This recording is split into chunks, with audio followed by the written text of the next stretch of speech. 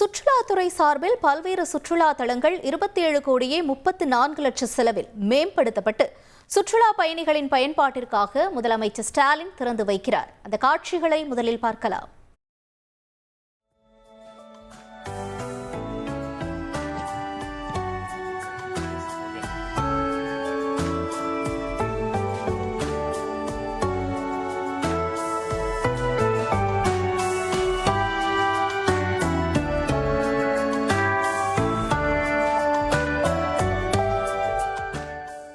கூடுதல் விவரங்களை செய்தியாளர் பிரகாஷ் வழங்க கேட்கலாம். பிரகாஷ், வணக்கம். தற்பொழுது இந்த தொடங்கி வைக்கப்பட்டிருக்கக்கூடிய சுற்றுலா தலங்கள் தொடர்பான முக்கிய அம்சங்கள் என்னவாக இருக்கிறது? முழு விவரங்கள்.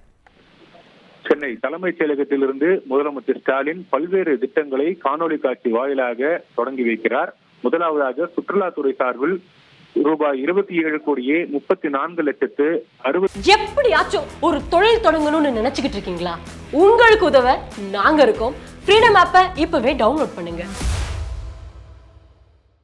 22,000 ரூபாய் செலவில் மேம்படுத்தப்பட்டிருக்கக்கூடிய பல்வேறு திட்டங்களை முதலமைச்சர் ஸ்டாலின் தற்போது தலைமைச் செயலகத்தில் இருந்து காணொலி காட்சி வாயிலாக தொடங்கி வைத்திருக்கிறார். சுற்றுலாத்துறை சார்பில் ஒகேனக்கல் அருவி பகுதிகள், கொல்லிமலை, ஆண்டிப்பாளையம் ஏரி, வத்தல்மலை, முட்டம் கடற்கரை, அந்தியூர் ஏரி, மன்னார்குடி, ஹரித்ரா நதி, கோயில் குளம் ஆகியவற்றை ரூபாய் 27 கோடியே 34 லட்சத்து 62,000 ரூபாய் செலவில் மேம்படுத்தப்பட்டிருக்கிறது. இந்த மேம்படுத்தப்பட்டிருக்கிற திட்டங்களை முதலமைச்சர் ஸ்டாலின் தற்போது காணொலி காட்சி வாயிலாக தற்போது தலைமைச் செயலகத்திலிருந்து தொடங்கி வைத்திருக்கிறார்.